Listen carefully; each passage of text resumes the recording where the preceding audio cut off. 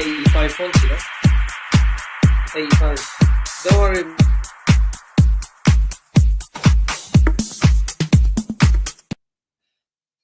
Also, people, welcome back to BNR.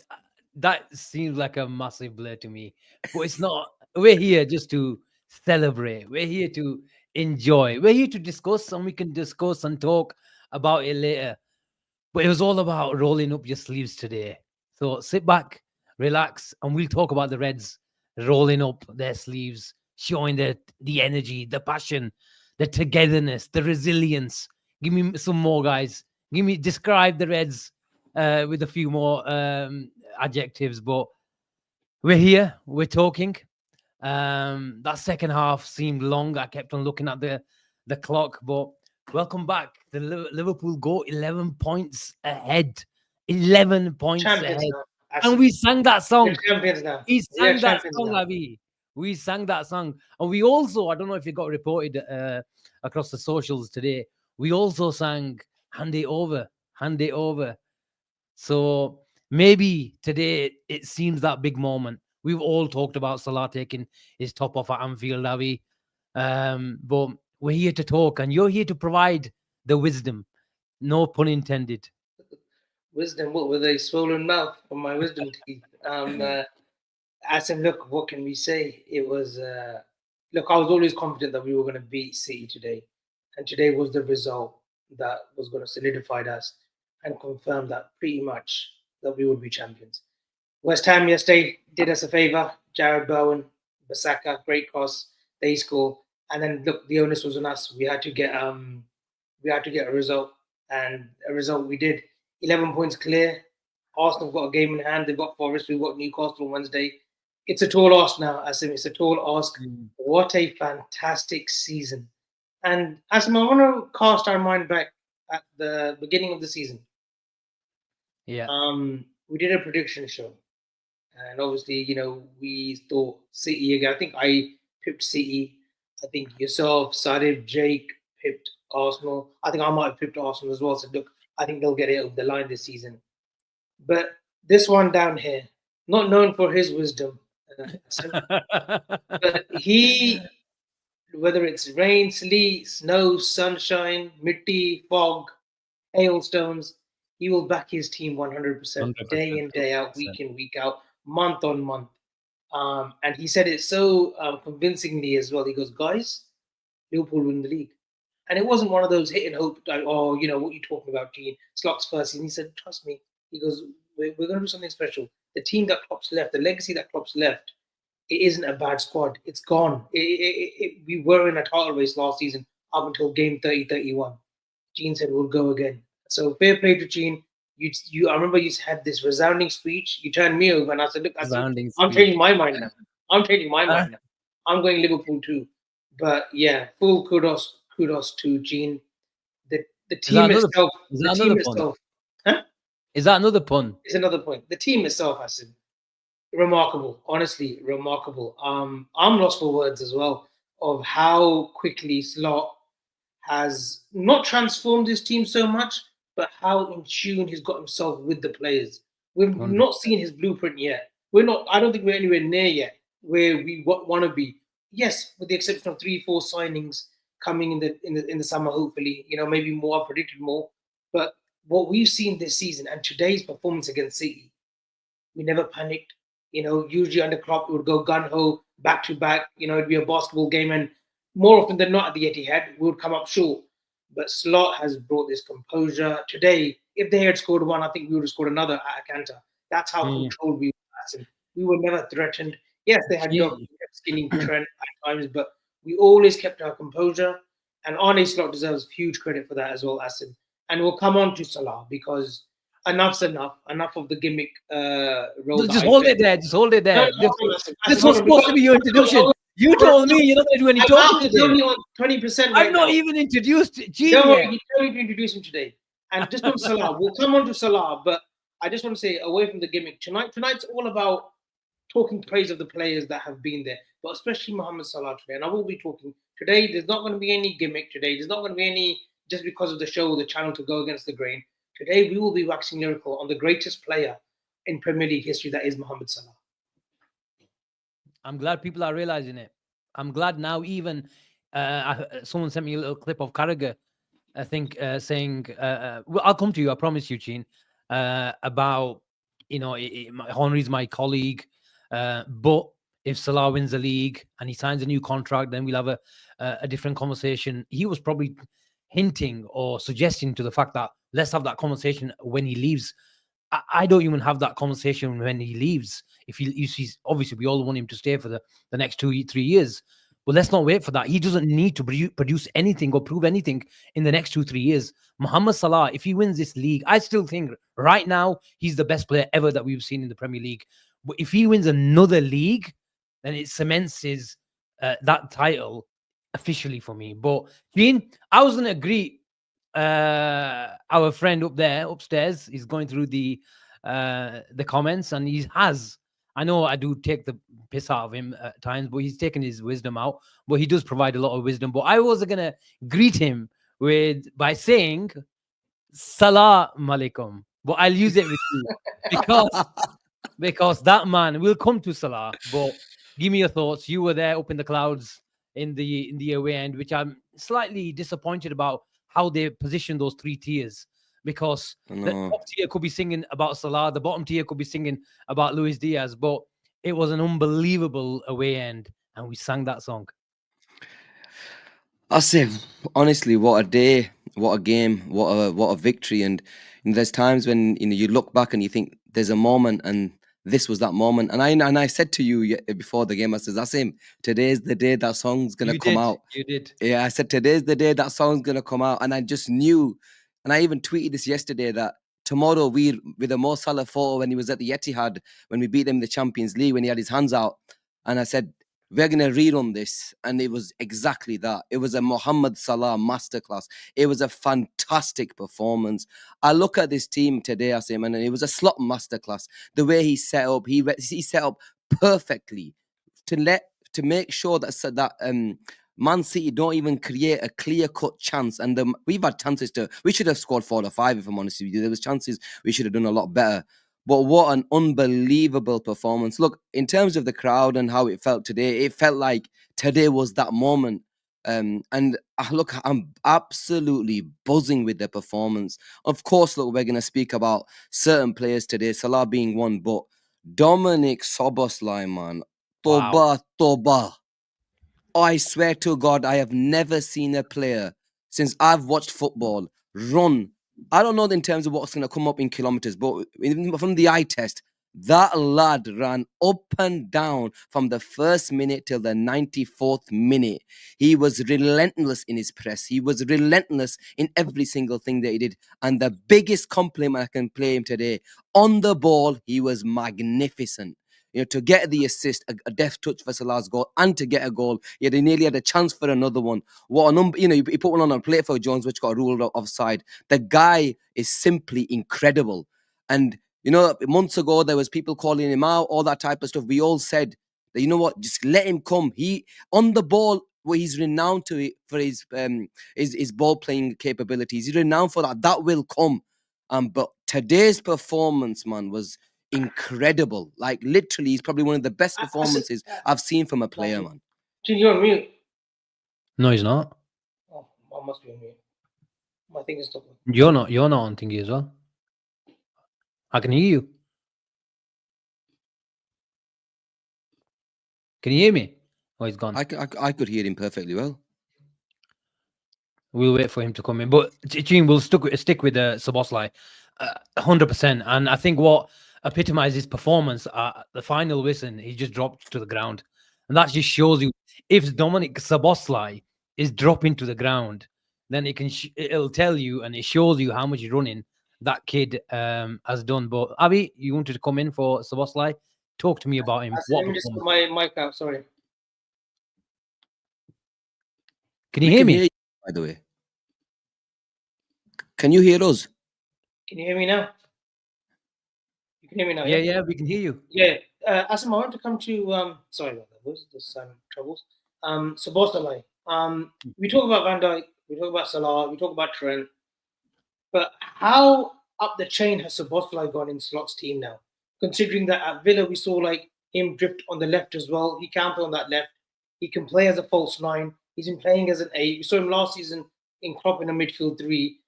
How many different facets does this player have, who's only 24, by the way, who will only get better? But how up the chain now is he, and how much of an impact will he have going forward in this slots team? I talked about it, in cricket, in snooker, in football, in any sport.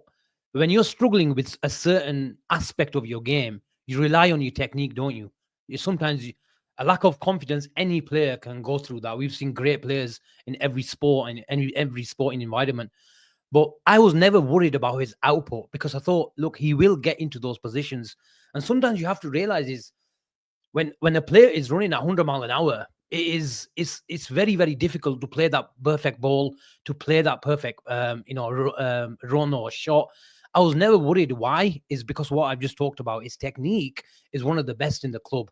We talk about Trent's technique, we talk about Salah's technique, we talk about Cody Gakpo's technique is one of the best in the club in terms of clean ball striking. And Sarib mentioned it that last show, that every time you watch these videos, it's Szoboszlai and Gakpo whacking top corners or top bins. But what in terms of his versatility, we saw how systems are get changed by managers, and we went to that box midfield and stuff like that at the early part when Henderson was at the club, and Klopp changed it to gain a bit of control in midfield, and Henderson struggled to receive the ball back to goal. So your manager can be brilliant, but you're only as good as your footballers and your technicians and your tools. If you don't have the footballers to play those systems, you look absolutely rubbish. The example again is Ruben Amorim at Man United. You can't play Dalot, left wing back because he keeps cutting inside. But just sticking to Szoboszlai, Avi, he is the most ultimate machine, a monster of a performer and a champion of a performer. And he said it today in his Liverpool interview, which I caught in the car. And he said, look, sometimes the football or you're faced with a team and you have to manage the game and you have to put your head down and run and you roll your sleeves up. And it was an unbelievable performance. And I thought the structure of the team were really good. Second half, we couldn't get out, but we thought, okay, fine. If you want to pass it sideways, and it's fine. We might not get out. We might not have a striker today who can hold the ball. Salah was the only out ball that we had in the second half. But his versatility is, I think, he's one of the most integral parts of the team. I don't know, you're going to talk about Van Dijk, you're going to talk about Salah, you're going to talk about how Ryan Gravenberch receives on the half turn, on the halfway line. But Dominic Szoboszlai, the biggest compliment I can pay him is that I don't think we can play without him. I do not think Liverpool can play without Dominic Szoboszlai. That's how important he is. And now he's getting the credit. And now he's getting the positions and left foot, right foot finishes. And the business end of the season, he's getting his confidence up. And it can only mean a good thing for Liverpool. Asim, there's one moment today that I noticed it even more of how much he not protects Salah, but how much he just allows Salah to hog that right-hand side, that forward third, that final third in the opposition half. And Szoboszlai will just do that role. And even when Trent sort of negates away from that position, Szoboszlai is covering ground. He loses the ball today. I think Kusanov misplaced a pass. Kusanov passes it, and then Szoboszlai runs 40, 50 yards, makes up yards within seconds. He does. Within 2-3 seconds, wins the ball back, and then just calmly plays it again. His passing range has come a long way. His control of the ball has got better throughout the course of the season, which he never had any issues with, especially like at Leipzig. But we're seeing the creativity, we're seeing the goals, we're seeing the work rate. He's up there, isn't he? We talk about McAllister, Gravenberch, and Gravenberch deserves his plaudits. McAllister, who just manages the game himself, just knows what pace and tempo to play with. Szoboszlai, he's the pick of the bunch right now, Gene. Avi, the biggest compliment I can give him, and obviously Asim's alluded to quite a lot of it, is when off the ball, this guy, he sets everything. He sets the press. The amount of times I saw him telling Jones, come inside, go slightly wide, go wide, come in. The amount of times, even to the point where when it concerns Salah and the other forward players, Diaz, he tells them where to stand. He tells them he's the one who commands when we should press, when we should not press, where we should be in terms of our positioning when we're defending from the front.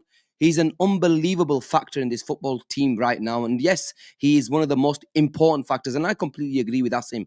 When he doesn't play, we don't look nowhere near the team. And, yes, at the start of the season, he wasn't playing well. But without him, we looked a lot worse. When he plays, he gives us he's just a machine, man. I've never seen a player be able to get up and down the pitch as much as this player. And yes, at times, he'd make mistakes in terms of his passing, but he was getting used to this new role where he's up and down.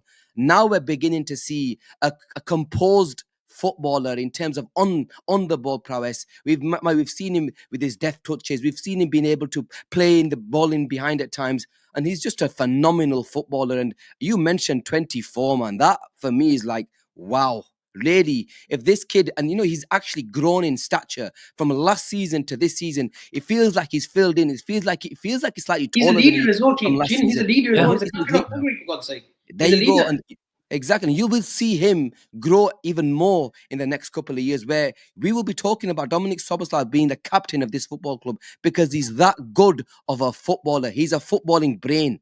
That's exactly what he is on that football pitch. Yes, we've got the guile in terms of Gravenberch and McAllister, but this guy gives you 110% in every single time he is on that pitch. And you need the certain players that go onto that pitch and give you that work rate and give you that dogginess, and that will give power to his own teammates. And when you see a player running the amount he runs, it can only G up your own team. And honestly, I'm just so glad that we're finally seeing him, number one, get the praise he deserves. But we all knew he had the ability, and we're finally seeing what an unbelievable footballer he is. Since January, this kid has been scintillating. And I don't want to put a dampener on it, but this is a Man City team that's going to go through a major transition this summer. I know they've brought in 3-4 players, but they're middle of the park, like De Bruyne, Foden. They look lost at times. Nico Gonzalez today, who's going to be a superb player. He is the mini Rodri, as Pep Guardiola said. He's going to be a superb player for them. He looked lost as well. They all look lost, but take no credit away. We punished him and punished him well. It could have easily gone where they get an early goal and then we frail again at the Etihad. It's been 10 years since we last beat them. And that the first time we beat them at Etihad was when Klopp was in charge for the first 2-3 months. We beat them in that 4-1. So to beat them in the manner that we beat them in today, in terms of we could have scored 3-4, like we scored 5. If they had scored 1, the Gary Neville said it was one of those games where I think if City had scored 1, pulled 1 back at 2-1, Liverpool had the ammunition, they had the power, they had the power players that could have just hit them at 3-4 at a counter without any sort of stress. But I think the manager needs to get a lot of credit for that, Avi. I'm not going to mention any names, but he was getting accused of feeling the pressure. He's making silly decisions. Again, I'm sure he'll be watching, but I'm not mentioning his name.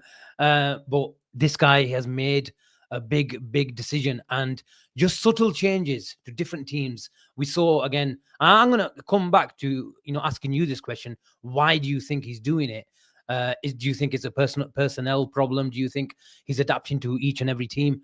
But going back to the manager, in terms of what his subtle changes has been, just recently, we've seen him put McAllister in, I called it the Tony Kroos role, where he was receiving it off the left centre-back and putting Robertson higher because we had Curtis, really inside. Today, we allowed... Biscuits, again, digestive.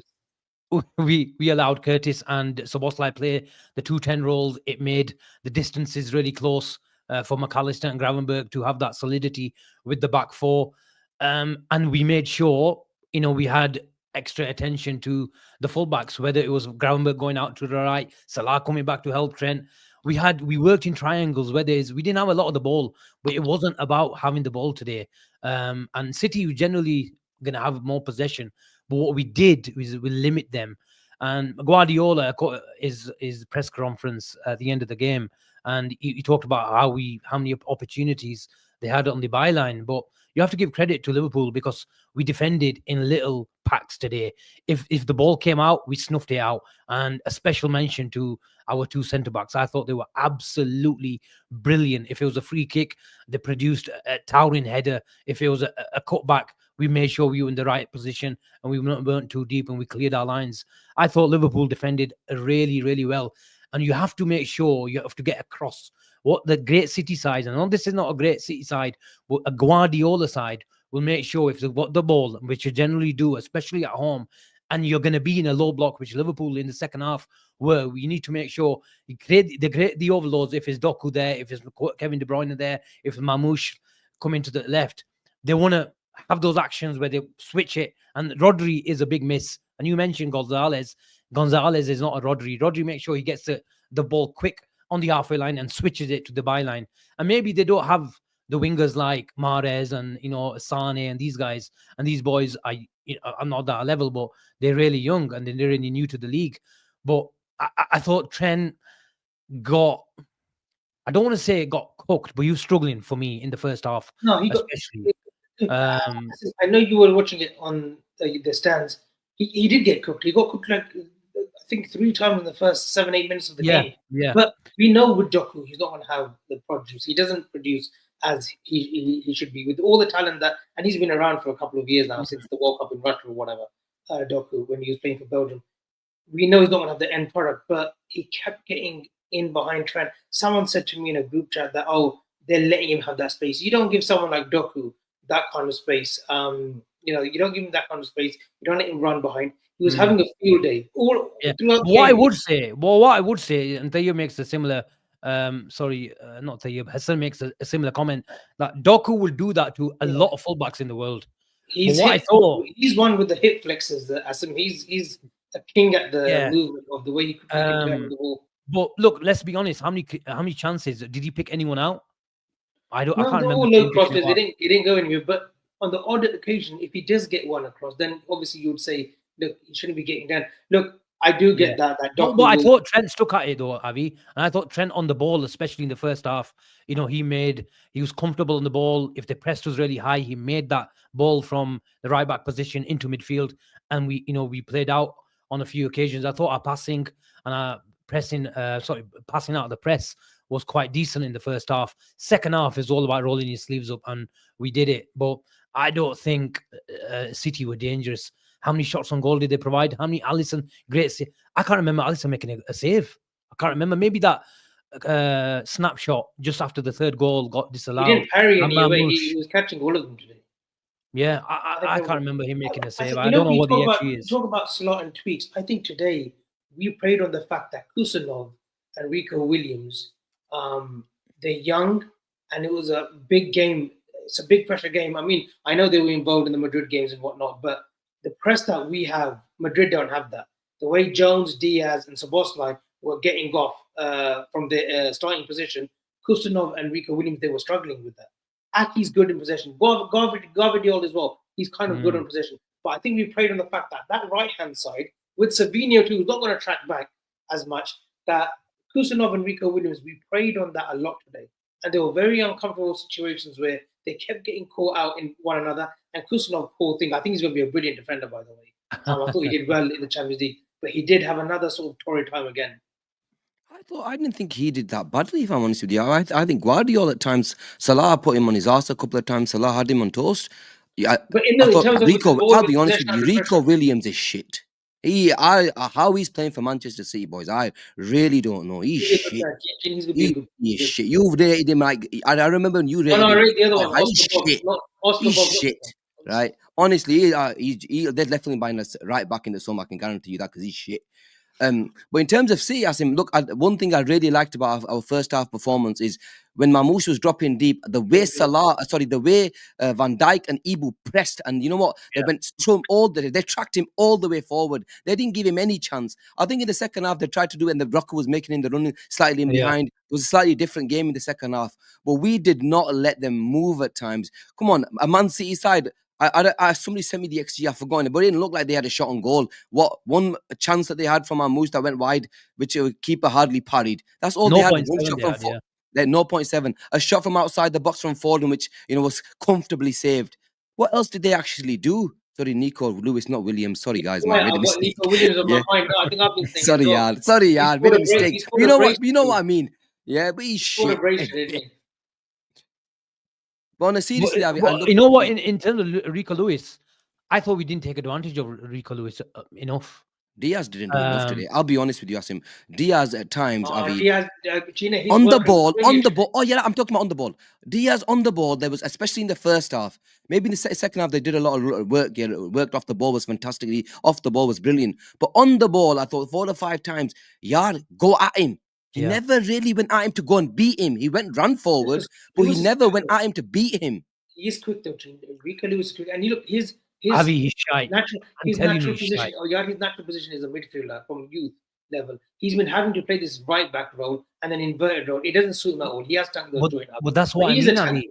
But that's what I mean. I don't think Rico Lewis gets low enough. I don't think he has the mobility to turn around. But the problem with Luis Diaz is, and this is the credit to Gakpo, is this season Gakpo. If someone is not good enough in, generally speaking, in a 1v1 situation, they'll show you on the inside more because they don't want to get caught on the outside. And this is what Rico Lewis, from especially the first half, we didn't get really a good angle because, as Gene would know, that way end, the first half when Liverpool was shooting down, we didn't get a really good view. But when the switch came from Trent to Diaz, and Gene's right, you wanted him to go at him. But the problem Diaz is he doesn't have that back post cross. Yeah, the Salah is an unbelievable cross. He's got so many goals from that. You see Saka come into that little right space and put it into the back post. Gakpo has been developing that back post cross. Diaz don't have it. You tell me. Even when Gakpo cuts back and crosses, he's a far better crosser than Diaz. Yeah. So you tell me when Diaz really caught your eye with that feature in his game, he doesn't have that cross. So if he doesn't go on the outside, he doesn't go on the inside for that back post cross. He's running out of options here. And I he's always falling over us, man. Huh? The guy's always, when the amount of times I've seen, somebody, when he's actually through on goal, when somebody's played a through ball to him, the amount of times his touches are a bit weird. It's not a natural, touch forward where he can shoot.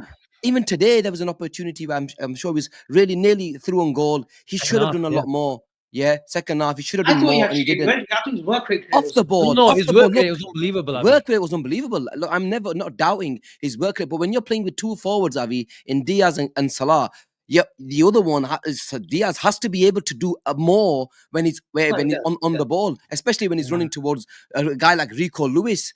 But look, I'm not going to knock at the performance today, the guys. It was an unbelievable performance. Obviously, of course, we're picking out players. But Asim, in terms of our defense, in terms of the fullbacks, what did you think of Robbo's performance today? Because me and Jake, I'll be honest with you, we had a bit of I didn't think he had a great game, if I'm honest. But there was times where I thought he defended pretty well at times. So I don't want to go to town on him. But what did you think? I didn't think he had a great game, but what are your thoughts? Look, I thought look, Robbo will always have 1 or 2 moments where he comes out and they accelerate play and they get him behind. But I thought he stuck to his task today. Savinho and Doku, in terms of how direct they are probably the worst in the league. Who else is going to keep running at you all day long? They're relentless. And at the moment, they don't really have that output, and it'll come, that composure, that development, and that maturity will come, especially from Savinho. I think Savinho's got probably a higher ceiling than Doku in terms of how he can develop at City. But look, I thought Liverpool and Robbo, especially, it wasn't the worst Robbo I've seen today. And if it was, I think we conceded a goal. Yes, he got plenty of help, but so did Trent. At times, like I mentioned earlier, Gravenberch was coming across Salah because we didn't have a lot of the balls. Salah was in those right back areas at times. On the other side, Curtis was helping out. Diaz was coming back, and McAllister was going across as well. So yes, our fullbacks. Look, in any type of game, especially against City away from home, you have to sometimes just roll your sleeves up. And I thought he stuck to his task. I've seen him worse defensively. I don't think he was good on the ball today, Robertson. But again, sometimes it wasn't their fault as well. They'd cleared the lines and nobody was up front because we didn't have a proper number 9 as an out ball. But look, I'm not gonna complain Look, about Robertson today just because coming in on I this, thought look, the team showed resilience and he was part of it. so it's Savinia's first season, yeah, and it wasn't his best game, and he's had up and down season himself. But I didn't think Robert was great. I tell you what's going to be a problem. PSG on the flanks are going to be a problem, and the way Desire Dure moves as Mm, well, how he gets deep and how he can run the channels on either side as well with Bakal on the left predominantly. Dembele, who's in the form of his life, he'll have a field day against Robert. If Robert defends the way he is, it's going to be a very, and that's why the PSG game, it's dangerous. I know people are thinking that it's going to be a 4-1 conclusion, we're through to the next round. That's going to be a dangerous, dangerous yes, game. But look, I don't want to talk about that right now. We should be in a jolly mood, and we are. Robbo, look, he's another servant. It will be a mm, position that we look at. But look, today he'll give you everything that you need. You know, he's got that leadership skills, he's got that wittiness. He will always try to rile up the opposition, the passion, the aggression. Just unfortunately, the legs are waning now on him, and we yeah. know that. But look, at the end of the day, he played an But, important part today as well. I want to ask you a question, Avi. Why do you think in the last 3-4 weeks we have seen these subtle changes? In the last week, we've seen four midfielders. Is it because of Jota? He can't play 3 games in a week or 2 games in a week. Is it because he's slowly running out of patience with Diaz in that false 9 position? Because he could have played for Diaz in the false 9 today because he's had more experience than Szoboszlai and Curtis in that role, and he could have stuck Szoboszlai on the wing. He could have done a bit of Curtis Jones out there. Why do you think that is, or do you think was it just specific to Aston Villa and Manchester City? I can answer the Villa one because Villa one, you've got that two where you play Tillemans, McGinn, and then you've got Rodgers who will go past. You know, we saw him go past McAllister like as if he wasn't even there. He's got deep runners like Rodgers and McGinn, and then Ramsey who came on second half, who's coming through the middle. I can see why Slot. Look, this is credit to Slot why he would want to maybe protect that midfield area and want to make sure that we don't lose that midfield area because under Klopp we have lost midfield battles. You know, even last season when we had Gravenberch, McAllister, Endo, and Szoboszlai, the back end of the season we were losing battles against Man United away. You know, in the cup and in the league. You know, Kobe Mainu, who scored in the league game, who made it 2-1. You know, was running rings around us. So I think he wanted to put more protection in with Curtis Jones in terms of the Villa Park game. The Everton game, he didn't start Jota, did he? Jota didn't start against No, he came off Everton, the did he? Everton. Who started? Who's our front three against Everton? Gakpo, Ah, Diaz, and Salah. It was, wasn't it? It was. okay. With that, he went sort of like for like. And I know we had the Plymouth game, so he he switched it up there and played against. He played his front three against Everton. I don't think he's lost faith in the number 9. Asim, I know he said about Nunes that look, he went down the dressing room and he was, you know, you could obviously tell there was one player that didn't, you know, wasn't happy with his performance. That's fine. I don't think he's a manager that's going to vocally show that he's lost faith in a player. But for different teams, he does implement different systems. I think the Villa one, he wanted to match them because they've got deep line runners. You know, even Tillemans now, you know, he's got a second win in this new role at Villa who will get forward and he scored that goal as well against us. So he does adapt game by game. Gene, let's go to the goals. We scored from a set piece. Can you believe it? We scored from a set piece. You know why I can believe it? Jake Asim, before the game, I looked at, they had a corner, and I looked at their team, and I thought, you know what?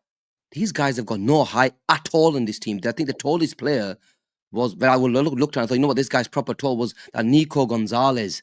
They were a small side today, and I thought, you know what, we've got a chance to get at these on corners. Obviously, I wasn't expecting a proper, you know, the way we actually worked that goal. But what an unbelievable off the training ground, like Wild Thing says, move. And you know what, we owed them one because they did something similar to us at Anfield last season. Yeah. So I'm just so glad that we managed to put one over them. But what a ball! And you know what, I'm so glad I didn't see Robbo take corners. It was a Macadon Salah goal, you know, and that deft touch from Szoboszlai, man, it was an unbelievable touch. Yes, we got slightly lucky with the slight deflection, but look, we make our own. You make your own look, and it was an unbelievably worked goal. And who more so than the king to put you 1-0 up again? The king, Avi Asim, this guy against the top teams. in this league over the last 8 years has proven how good of a footballer he is. And you know what? His numbers speak for themselves. When you look at numbers against the top sides, Muhammad's numbers are miles ahead of everybody else's. And you know, people talk to me. You know, I saw people come up to me and put aesthetics, and I put a tweet out: "Shove your aesthetics up your ass," because they don't mean fuck all to me. Muhammad is the greatest player in the Premier League history. Aesthetically, I don't give a shit. His numbers. Optically, you know, optically. Eh? Optically, Hazard's better. Optically. Oh, you know, Azhar Shazar ki puli jao. This guy is driving us to this title, Asim. And you know what? He's still his numbers might have gone up to 80% in terms of his goal contributions now for Liverpool. Yeah, people, Arsenal fans will say Suarez, innit? I've got Alamin say Suarez. Yeah, you did love you. I know you lot love Suarez because you missed out on him. But Gerrard, I mean, Salah for me is the Stick that greatest. pound up your ass as well. And at the Whilst end we're of at this, it. at the end of this season, the guy's on a different stratosphere, mate. He's on a different planet. It had to be him, and I knew it was gonna be him because he's driving us to this title, and it's gonna be nothing is more gonna be fitting for Mohamed Salah. And he's right. Players like Van Dijk, Salah, Alisson, they deserve another title. We've been unlucky at times, missing on 2 Champions Leagues and lost out on the title twice on the final day. This Salah is gonna win us. He's a kid compared to Eugene, eh? He's a kid compared to you already. You're not exactly 25. Avi, when Mamouche took a corner on our side, I looked. It was rubbish, by the way. I just want to talk about all this Mamouche talking, highly rated, all this, all wind. He's hot air. That's what he is. He's gas. He's nothing. He's nothing. He don't be a great player. He'll be out of City within 2 years, Asim. Okay, we'll see. He took a corner. I looked at him. I thought, you know what, City, you may be sort of hyping up Prince Omar, but we've got King Mohammed, and King Mohammed never lets you down. I told you today I'm not gonna F around anymore and start saying this about Salah and start riling up the chat.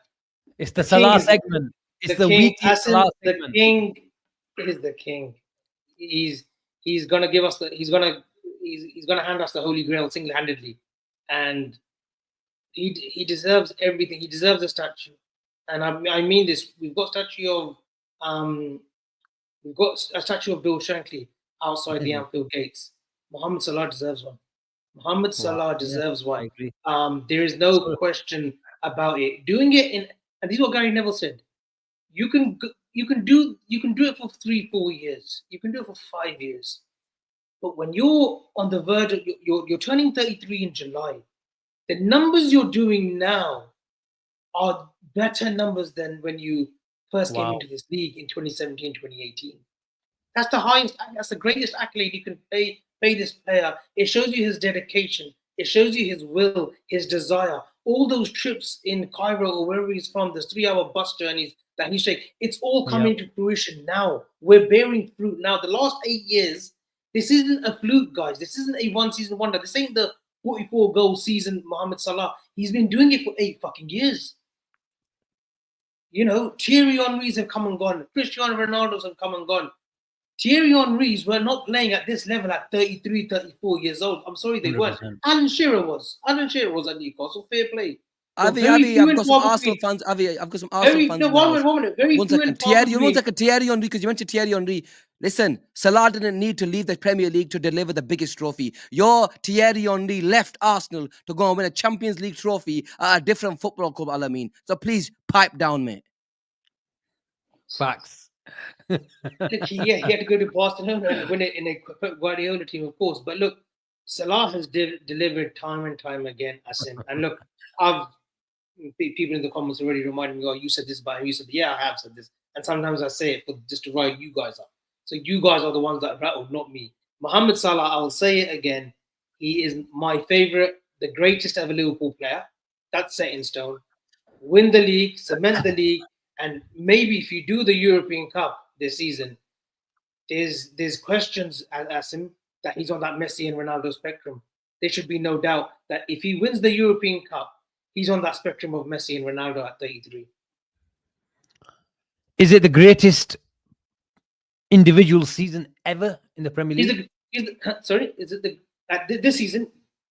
I mean, the last season that I think individually is the 2017-18. Thierry Henry had that one season. I know he had many seasons at Arsenal. He had that one season where he was taking players on, where he turned inside out. I think it was the Invincible one. He turned inside out Carragher, Spurs, and all that. Individual season, yeah, he's got 50 goals and assists this season. It has to be Asim.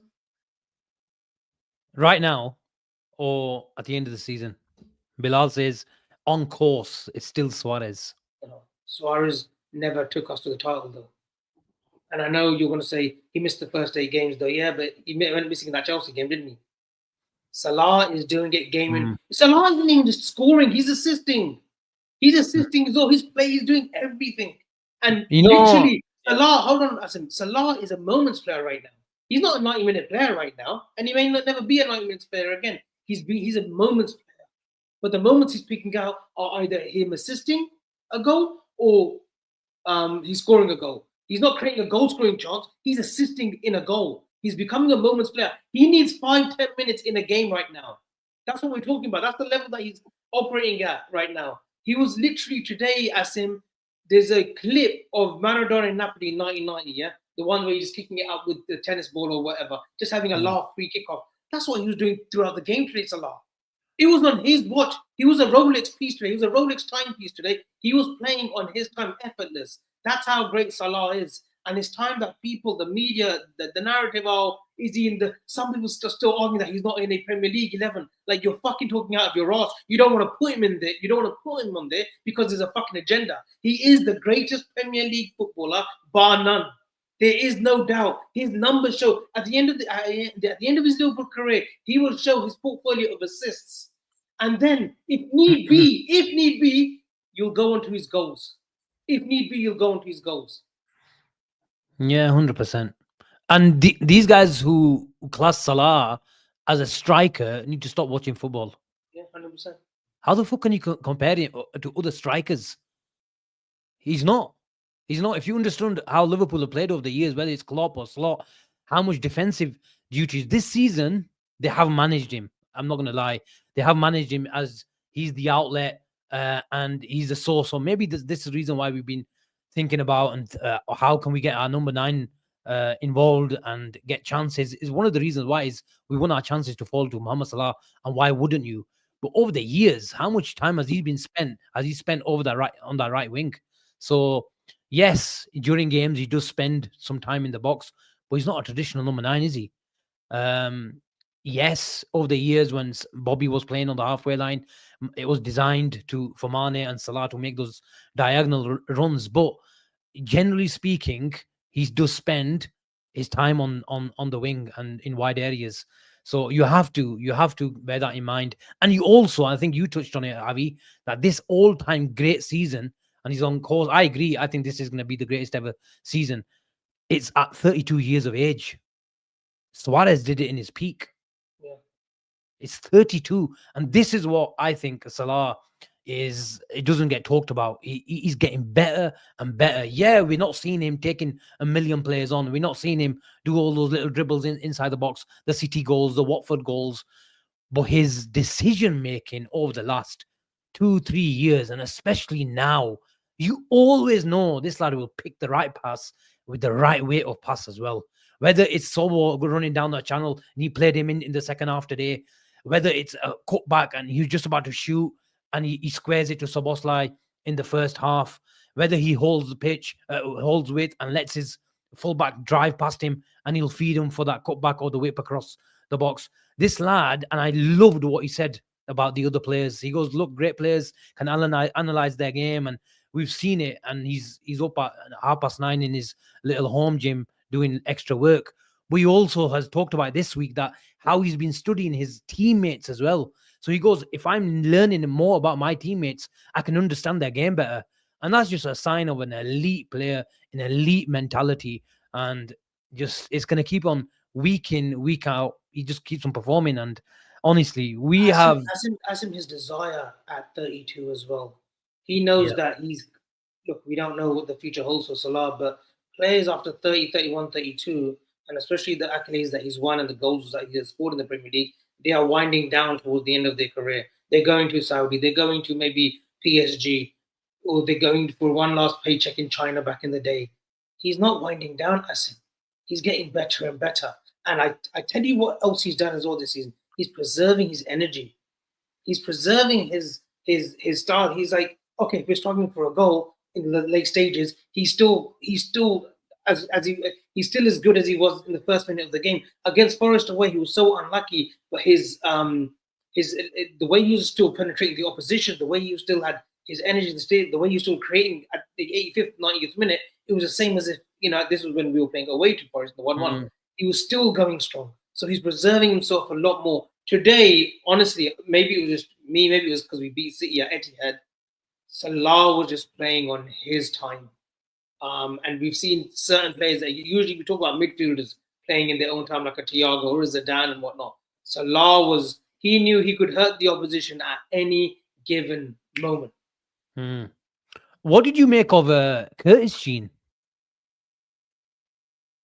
Curtis, I thought, in terms of the stars, I thought he slightly struggled at the start in the first 10, 15 minutes because I could see Soboslai telling him, move over here, move into this sort of, move into this space. But I think as the game went on, I thought he's off the ball again. He was fantastic. The amount of energy he showed again to get up and down the pitch. He was actually quite comfortable on the ball at times, being able to break through the lines and set us free on some counters. So I thought he came into the game a lot more. Unlucky that he didn't get his goal, but I thought he had a really, really good game. Overall, if I look at his performance, I thought all our midfield, played really, really well. He looked slightly further forward, and it was going to be slightly difficult because it's the first time he's probably played that role in a two with Soboslai. So it took him a bit of time, but I thought he did well before he came off. I don't know if this is true, Avi. Pimpin never simpin. He says Carragher said we still need to sign a number 10. If that's true, I don't know what Carragher's talking about. I don't know what game he was watching today, because if didn't he see Dominic Szoboszlai produce in the number 10 position? Yeah, but we also know Carragher, he'll say anything to get their viewerships up. They've seen probably YouTubers and the way they behave. He's probably seen the way I behave. Did he really say that? I don't watch Sky Sports coverage. I don't get the. I don't watch. Look. With respect, if he means another number 10 in terms of we need another player in that position, especially if the likes of Harvey Elliott's going to go. I have no issue with that. We need another. I will tell you right now that I would love for us to sign a Florian Wirtz, for example. Right, who's gonna play in that whole? No, I've always really liked him. So if we get somebody like him, then yes. You forgot who I'm just saying, innit, Avi? I'm not saying we're going to go and buy him. Sudakov is the one, Asim, that we're looking at, and let's see if Sudakov is the one that we do get. Oh, here we go. Sudakov. Sudakov is the 10, the 8 that we want. Wirtz is the dream, man. Of course, Wirtz is the be-all and end-all. He's the elite. If we were going to get a 10, I don't have any issue with it. Because I think we need one, because I think the drop-off between Szoboszlai, with respect, I like Harvey Elliott, but it's not what's needed. So flipping volume works with everything, man. You're going to give me a mouth sore now. I know, anyway. I'm just saying, so I don't have an issue with that, with Kyler saying that they still need to go and buy. If he did say, he said an extra midfielder, yes, or if he needs to go buy an attacking 10, I have no issue with that. Okay. Alex mentions Di Catalara. I watched him against Club Brugge. I wasn't impressed. I know you shouldn't judge players on one game, Avi, but I watched that game because of this lad. I didn't see anything that stood out for me. Some people have fancy names and everyone starts going with them, or some big accounts tweet about these young players and everyone starts fucking wanking over them over the fucking next 3-4 months. There's kids watching. They ain't going to make, I'm sorry, but they ain't going to make it. Move on. That's what they do. Sudakov is. Sudakov's a very good player. He's a very good player who's ready to move away from Donetsk. Ali says, let's cook Arsenal. We don't need to cook Arsenal, Ali. They've got a neck ache because they're looking up to us. That's all you need for them to do.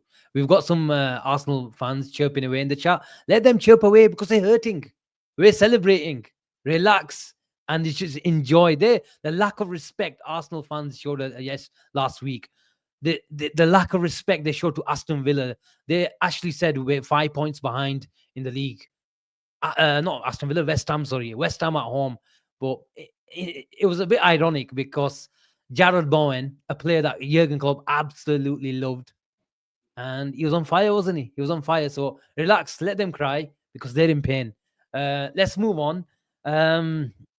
It's wrapped up, isn't it? I know Liverpool fans sang the song, Cheen, sang or hand it over to City fans as well. But we can't fuck this up, can we? We ain't fucking this up, Asim. We're winning the league. And I said at the start of the season that we're gonna. I just had this feeling, Asim, that you know what, Jurgen Klopp, and actually to be fair play to Alamin, he said us guys need to give Klopp his due, because he's the one who brought in all these players. He assembled a fantastic side. He didn't do. Avi tweeted this today about he didn't. This isn't a Fergie Moyes handover to handoff. Moyes where where half of his players are 30 plus and don't have the nowhere near good enough. But obviously they were all got over the line because of Van Persie. But fair play to Jurgen Klopp. He left Arne Slot with a fantastic team. Of course, there were a couple of areas that we still needed to improve on. Obviously, the number 6, but then Slot came in and did a fantastic job in playing Ryan Gravenberg there. So we have to give Jurgen Klopp his credit as well. But what an unbelievable squad that Slot had, and what he's done with this squad, man. Honestly, Asim, I can't believe it. How he's got this team so together that every single player goes on that pitch and leaves everything on it, and you'll see that especially from now till the end of the season, and in his first season to go and hopefully deliver the title. We ain't fucking this up. This football club right now know what it means. Today was a massive test. We had to go to the Etihad, where you mentioned we haven't won in 10, to go there and put up a masterclass of a performance where we had to roll our sleeves or work our asses off, because we knew today is gonna we go 11 clear. I've looked at Arsenal. I always said at the start of the season, these guys, they're not gonna be able to go the distance again like they have in the previous 2 seasons. Look, granted they had a couple of injuries, a few injuries this season, like we did last season, and then our legs went. That's what happened with us last season. We were top of the table with 10 to go, but there were so many players that just come back from injury. Our legs had gone. We lost the title. Sorry, Arsenal. We've been there, and we lost the title because of the injuries. Now you're going through the same thing, but we were the better side this season, mate. We went to we've played the better football. We played. We've managed to be able. The way we've gone about this title, Asim, is a championship title. That's how Slots got it to the T. There's times where I've maybe criticized in the last few games where I felt as though Endo should have come on. Endo came on today and put his 15-20 minutes cameos this season every time he's come has been fantastic. That's why I was going for Slot at times, saying, why didn't you bring off Endo? Why have you not bringing on Endo? But we have to back the manager and back these players, because these players know what it means to win a title. That we've got the experience of Van Dijk, Salah, Robbo, and Alisson there, who've been there, done it. Some of our players have not won it. The captains of their football club, Endo, Soboslai, that just to mention a couple. Yeah, man. Look, I can't see us effing this up, mate. We're winning this title now, regardless of what anyone says or does. Number one, Mo Salah is driving us to this title. Doesn't matter what anyone does or say. And Arsenal, see you later, mate. You're coming second again, 3 years on a trot. Enjoy it. Salah's at the wheel. It's 1,800 people watching. There's about 1,200 people watching. More, 1,400 people watching over on the BNR Twitter. Make the switch. Smash a like. Subscribe to the channel because it helps out on YouTube. I've said it a million times over the last 2 weeks. We're showing our faces on BNR Twitter because we want you to make the switch. We're not good at clipping shows and promoting the shows. We all got full-time jobs, but we're here 3-4 times a week trying to provide you content and talk about the Reds. So please show your love and support and do all that good stuff. Some super chats, Avi, and thank you for Stefan to becoming a member. You can become a member, and we promise you we'll do some member-only content as well. I don't know if I should be putting this up, but it's a super chat, Avi, and we must respect it. Hey, Blue Chip, to celebrate the win over Manchester City, the chat deserve for you to say one of the two things. It's me, Mario, or two, hey, what's up, Doc? We see your pictures behind you. So which one are you going to pick, Avi? It's a super chat. I can't do any accent because of my voice. But give it to him, man. Yeah, he's asked you to do something, man. Howda 88, thank you so much for the super chat. End of season, we are going to have a wrap-up party. Me, No, I'm going to be on the bottle. Yeah, because I'm on day 38 right now, boys, of no alcohol. I'm doing 150 days. So day 38. At Day the end of the 38. season, Wow. and I'm timed it perfectly. At the end of the season, we're going to have a wrap-up party. Me, Chip and Sheen. Asim's going to be our honorary guest. And we'll do all the accents and we'll do everything. We'll talk about Pakistan cricket team. We'll talk about everyone. Don't worry There's about his that. little dig. There's his Champions little dig. Trophy, Champions 4 minutes in. Trophy, Bharat Army. We'll talk about we'll talk about everything. We'll have talk a about proper Michael Chopra as well. Don't worry. Michael Chopra. We'll make sure we do a proper wrap-up party. And there's another one from the same person. Thank you very much, man. Big up to you. Sobo ran 11.5 kilometers today, his third most covered distance this season. We've touched on the great Saboslai, the great man. What a performance, man. He's probably still running. Alex says, do you think Klopp will be there when we lift it? Look, Alex, let's talk about this in about a couple of months. And I'm sure the great man will. I think Slot mentioned he's been inviting him. He invited him for the City at home, Real Madrid at home. I don't think he will be there. I think he will. I think he will. I think we would love him to be there and lift the trophy with us and whatnot. I think Klopp would want Slot to have his own moment and his fair play. Own moment as well, and which tells you the class of the man that is Jurgen Klopp. Yeah, no, fair. It's a good point. I think he'll want to think. I think he'll want to have Slot and have his moment. It's a great point. Gene, going back to that number 10 role, I saw Rodgers on Wednesday night live. His running power, his ability on the ball, really, really impressed me. Would you take... Sorry? He's better than that Gibbs White for starters. Yeah, I think he is. I think he's got a higher ceiling as well. You two mentioned, I'm mentioning him in the same sort of limelight, or on the same point, I should say, is Mohamed Kudus. Asim, I just want to say something. I didn't watch the game. What you were telling me last night. Previously, I've said in a front three, I can't see Kudus being a front three for Liverpool. Yesterday, in that 10, in that 8, he was everywhere. You know, we know how good he is with the ball, and you can't get the ball off him. A lot of Kudus. Yesterday at the Emirates, it was a one-man show at times. He was phenomenal. Mohamed Kudus, and he's 24. I had to double-check his age. I thought he's maybe at 26, 27 now. He was absolutely... Is he 26? 24. Okay.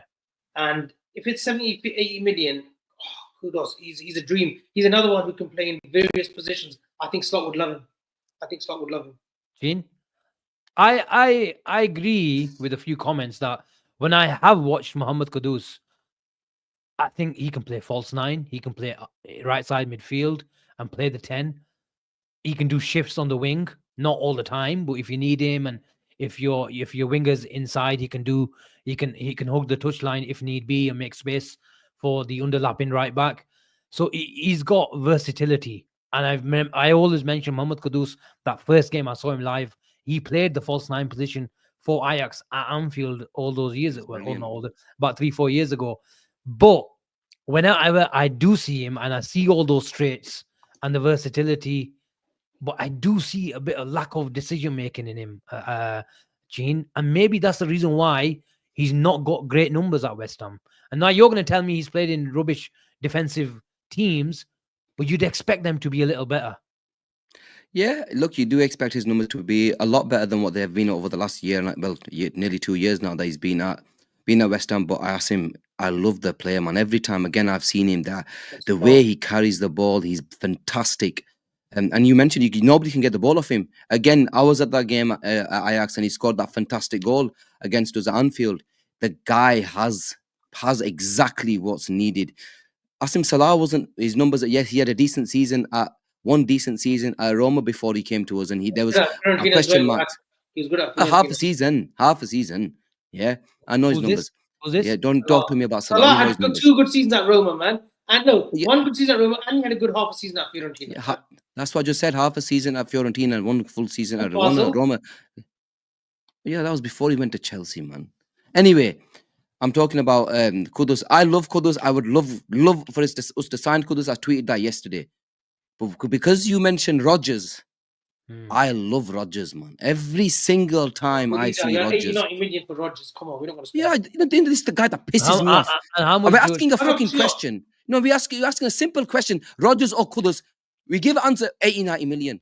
I'm not talking about. Did he say that he can have? Is he talking about money? No, he's saying asking which player would you want.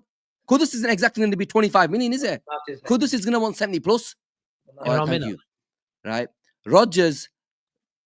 Every single time I have seen Rodgers play, the guy has been fantastic. Decision making, goals, assists. The guy can break through the lines. The guy is a fantastic footballer. Don't So you think if I had to more choose, versatility though? Don't you think Kudus is more versatile? yeah, probably obviously he can play in slightly more different, more I think Rodgers positions. can I only believe go one that. way. Yeah. Yes, I can. Yes, he does.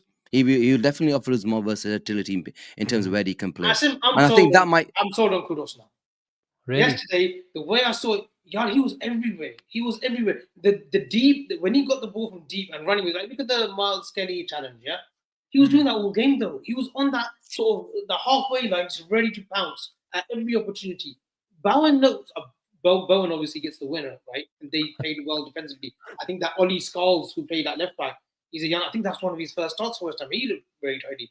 But Kudos yesterday showed me that he can do a bit of everything and excel at everything. I think his numbers generally, if he goes up a level like a Liverpool, I think his numbers will be fine. Good player. Very good player. A lot of money, mate, though, for a guy's number that's played in the Premier hasn't really put the numbers up. How much? He's a fantastic player. How much would Kudus cost? Does he have a release clause? What's his contract? It all depends on his contract. He's got 2 years left, maybe 60, 70 million. It's all about that. We need that Sega Diallo to say something, isn't it? Avi, I don't know if you caught the interview. I don't know if you caught the interview of Slot. I think it was again with Sky Sports just for this game as a preview, and they asked him what sort of traits you look for. Asked Slot, sorry, what traits you look for in a player. Physicality and all that. Yeah, and the first thing that he mentioned, that he goes, I really like a player who can change directions. Did that give you a few hints as to what type of profile or what type of player Liverpool will go for? He didn't necessarily talk about in the number 10 position, but it's important for Liverpool or Liverpool's potential player to have the hips, if you like. Hips, 100%, and you can see why he liked Zubimendi. But obviously, I think I tweeted on you. I think I tweeted a response to you. I think that's why Grav got the opportunity that he did. Yeah, it's important, man. The swivel. We saw it yesterday in the boxing, actually, with the Dimitri Bivol fight. The swivel, the way he got away. But it's similar. It's similar. That turn, Thiago's known for it. Mane was a brilliant on the turn. Mane, the way he would swivel, it was almost like poetry. You could just get away from a player, left or right. There's players out there that Nico Williams, I think, who scored a great brace today. Go and see his goal straight for Bilbao off the wing. I think he wants players who are quick on the turn with the ball, but obviously the physicality means a lot. It's why Harvey Elliott, isn't going to get a chance at this football club. It's why he probably will get let go of. You can see why he's a big fan of Curtis Jones, because Jones on the turn, Jones with the ball, and he's a bit physical as well. He's come leaps and bounds with his sort of physicality. So you can see why he likes certain players with certain attributes. But there's a whole host of players that we'll be looking at in the summer, I'm sure. Yeah, 100%. And like you said, he's already doing his homework. He's already been talking with Richard Hughes. They have a plan apparently in place. So let's see. Any bombers today? Any weekend bombers for us? No, it's just been... Any updates? How's the device looking? The device came away from the case today. I had to do a bit of charge up. But no, nothing until the summer now. Is that a sign? It's just a sign that it needs a bit of charging up. No, there's going to be that now. Look, 12 games to go. Let's celebrate. Not celebrate. Let's keep winning. I think Newcastle is a must win for us. I know people are going to say, "Wait a minute, I want to win. I want to win against Newcastle. I want to win against Newcastle, and I want to beat Everton. Everton for me is the most important game now." I said, "But because I want to." They deserve one. That Dukura, he's going to get it.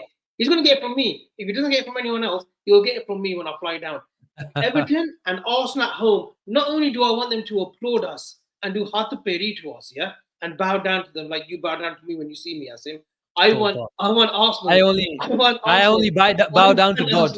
I want Arsenal. I want to pummel Arsenal when we see them, because they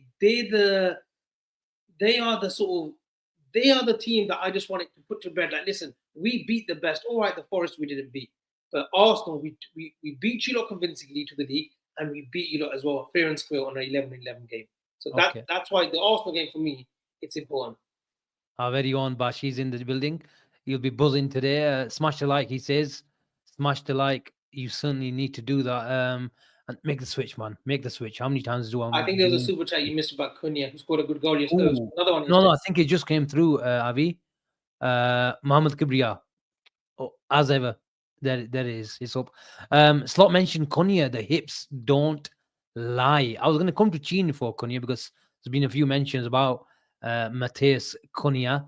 I said he's not a 10. I said he's not a 9. He's a 9.5. But Slot likes a 9.5. But we don't know exactly what Slot wants now, Gene. We know he wants someone to attack space. But Darwin Núñez is that player. But Darwin Núñez isn't that 9.5 that he wants to come into midfield and connect play. Jota probably is that type of profile who can do a bit of both, but he can't stay fit. Diaz is a ball carrier on the wing, does bits inside as well, but he's not going to do bits for you. He's not going to win you the league. There you are. I've said it again. So we don't know if he's just like trying to juggle a few things around. But in the summer, we will know what an Arnie Slot number 9 on paper looks like. Yeah, because we're gonna have to go into the market and go and buy one. And obviously, there's a lot of names. You know, Cunha is one of them. I really like him. I think every time I've seen, again, he's another one. You watch him play and you think this guy is, you know, has what it takes to become a fantastic footballer and be able to good enough to make that step now. He's ready to make that step from Wolves to Liverpool. But Alexander Isak and a lot of people are mentioning that name, man. He is the one. If you really want to go and make a statement, and Avi, before you say we're not going to pay 120 million, I know. He's the dream, though, isn't he? Like I've said we're going to go in for Isaac. All depends on they don't get Champions League. As long as they don't get Champions League football, we will be on the table for Isaac. Gina. Okay, so if there was one player in world football, I would want more than anything, and for us to go all in. Just imagine a forward line with Gakpo, Isak, and Salah, man. That is frightening, literally frightening for any of the opposition, regardless of who they sign. I would love for us to sign Isak. I can't see it happening. But if you said to me, you'd get Cunha, then you know what? I take it. I think Cunha has the. That's what I was coming to. Would you? No disrespect. Cunha, Sesko, you're right. Why are you trying to be ITK again? No. Cunha, Sesko, Gutierrez, all these thingy. Listen, this summer we can't fuck around. We go for Isaac. This board better not fuck around. Even with the contracts, they can't fuck around. Asim. The gloves are off. Cunha, this and that. I don't want anyone that we've got to develop again for another year or so. I want the ready-made fucking 50 Avi, 1 second. 50 goals. Hold on, no, shut up 1 minute. 50 goals in 76 games. No Ekitike, stick him up. How many goals? What? Isaac's got 1576 for Newcastle. 1576, wow. Yeah, and he's been injured as well, but this season he stayed fit. Isaac is the 120, 130 million. Go and pay it. Go and show some ambition for once. This football club, go and show us ambition. We deserve it. You've got Slot. Otherwise, you know what I'm telling you now? Slot's got a 3-4 year shelf life too. I know. I think Slot would love to go to Barca one day. To go and manage Barca one day. Because he talks about Johan Cruyff a lot, doesn't he? Yeah. So you could see why Slot would want Barcelona. Go and get Isaac. Go and give us Isaac. And give us the best this summer. Give us 2-3 world-class players on top of keeping Salah and Verge. Realistically speaking, you had them sold about 2 weeks ago. You had them all. No, but that's what the club should do. They should give these lot contracts. I don't think it's going to happen, but the club should do this.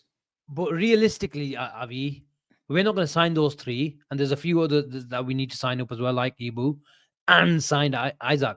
I agree with you. Why can't Isaac happen though? Why can't we find Isaac? I agree with you. It should happen, but with this ownership, it's not going to happen. Let's be honest. As in this ownership, when it really wants to, if it wants to really buy a player like Zubimendi, we did go in for him. Look, Zubimendi we can't help. Van Dijk we got over the line. Yeah, if there's a player that we really want, they will go in for him. Isaac could be definitely funded by sales. I agree with you. I don't know, man. I don't know. Unless we recoup 70-80 million for Darwin Núñez. There was talk about 70 million bid for Saudi this January. They'll come back in for him. Diaz, you might get, depending if you sell him to Saudi as well. I think Diaz 50 million. Yeah, Nunes Saudis, is yeah. 20 million, 70, 50 million, 70 and 50 million for Diaz. Nunes is there 120. I would even sell Jota now. I would even sell Jota now. And I then, yeah, mean, you're looking at 2-3 forwards. You are. yeah, we need 2-3 forwards then. Then we need Cunha as well, and Isaac, and another. So, yeah, man. Otto is a good player. He's a good player. Let's see. Definitely like, though, Lamine Kamara. And we've definitely moved away from Carlos Baleba as well. Man City bound. There you go. It's a little bit of a bomber there. We moved away from what? Baleba. Carlos Baleba, yeah. We're not going to. Mm. We're not. But I can tell you, we definitely like Semenyo, though, Avi. We like him. Fair enough. I've not heard anything, but obviously you've got more followers than I have. You've got probably more things than I have, more sources. Selection is in the chat. Nice to see him. 150 million on one player is stupid, knowing we've got multiple areas to address. Leave Midsack alone. Wow. Does he call Isaac Midsack? Wow. That's the only person that I've heard call Isaac Midsack. I don't think he's Midsack. I think he's the complete striker. He reminds me of Thierry Henry sometimes, honestly. The way he picks up the ball and he goes to those left channels, he reminds me. And we will see a lot of Isaac, won't we? Next week, and then we'll see him in the cup final. So let's see. Maybe he's got a few auditions. I'd take Gordon still all day long. I know he signed a new contract, but I really like Anthony Asim, Gordon. who I would love at the club. Bradley Barcola, I would love him. Such a natural. We've got more chance of Isaac than Bacola. Yeah, no, Barcola Pulija, but he would be one of my dream signings. I liked him. Why are you talking about him? Why are you talking about 150 million? Why are you talking about him? That's what you would have said to me. 150 million. Why are you talking about him? Move on. No, he's just on high wages, yeah. No, but why are you talking about him? Oh, King Kush, Henry, please no way. I'm not saying he's Thierry Henry, but it sometimes reminds me of. Yeah, I can see this comparison as well. It reminds me of. I think that's a more normal. Yeah, but I don't think Anelka had the dribbling ability. Oh yeah, he did. Of course he did. Nicholas Anelka in '97 when he first hit Arsenal. Oh yeah, come on. Not dribbling. Brilliant. He changed his game after he went from after Real Madrid. I don't think he had the dribbling. I think he was like a proper direct player. He was a brilliant player, but you know, Nicholas Anelka. Just come on, Anelka. Anelka was better than Thierry Henry. You know that. But his choices, his brother, fucked his career. Really did. We fucked up on him. Forget anything else. We fucked up on fucking Nicholas Anelka. El Hadj Dioufni Mauki Hayasiule. El Hadj Diouf went for. Can you believe it? We both signed El Hadj Diouf over Anelka, bro. Bilal, clip that for later. El Hadj Diouf over Nicholas Anelka. He's in a good mood. Nicholas Anelka was thinking. Before we wrap up, guys. Let's just talk about the cricket. Another win. Another win for the Indians. I didn't watch the cricket. Gina, how are you feeling? I thought I went to sleep at 72 for 2. I left Pakistan in a great position. Listen, I left Pakistan on the No, Bilal, I just said to say Moki IRC. I didn't say anything, man. Bloody hell. People having a laugh. I didn't say anything wrong. Gina, 72 for 2 is when I went to sleep. I went to sleep at 2:30 in the morning. Pakistan were nicely, coming along, single ball, every single, and they got out for 241. Explain to me. Explain to you what? What do you want explaining? I want to explain to you what is going on at the Pakistan cricket board. They're the sellouts, man. We moved on. I put it this way, Avi. Honest to God, Asim mentioned he has not watched one ball of the ICC trophy this time around, and I haven't. I can seriously say I have not watched one ball. Yeah, I'm ashamed. I'm going to stop. I'm going to stop supporting Pakistan. I've got to stop supporting them now. Look, I'm the jinx. Avi, if you want to talk about Pakistan cricket, we need a dedicated show for it. There are so many reasons why Pakistan cricket is in the state it's in. But if you don't let Pakistan players come to IPL and develop their game over years, it's going to have an effect. If you don't let the hosts play, play on their own patch.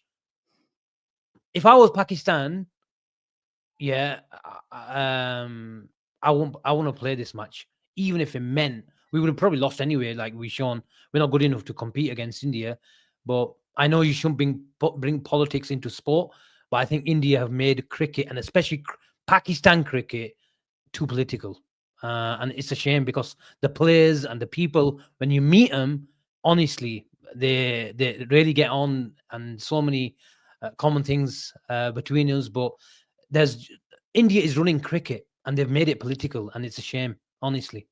But anyway, like I said, we need a show on cricket, and a lot of people watch us from India, and it's a shame. And I'm not. This is not a reflection on the people of India, but honestly, my view, and that's my opinion, that Indian and BCC.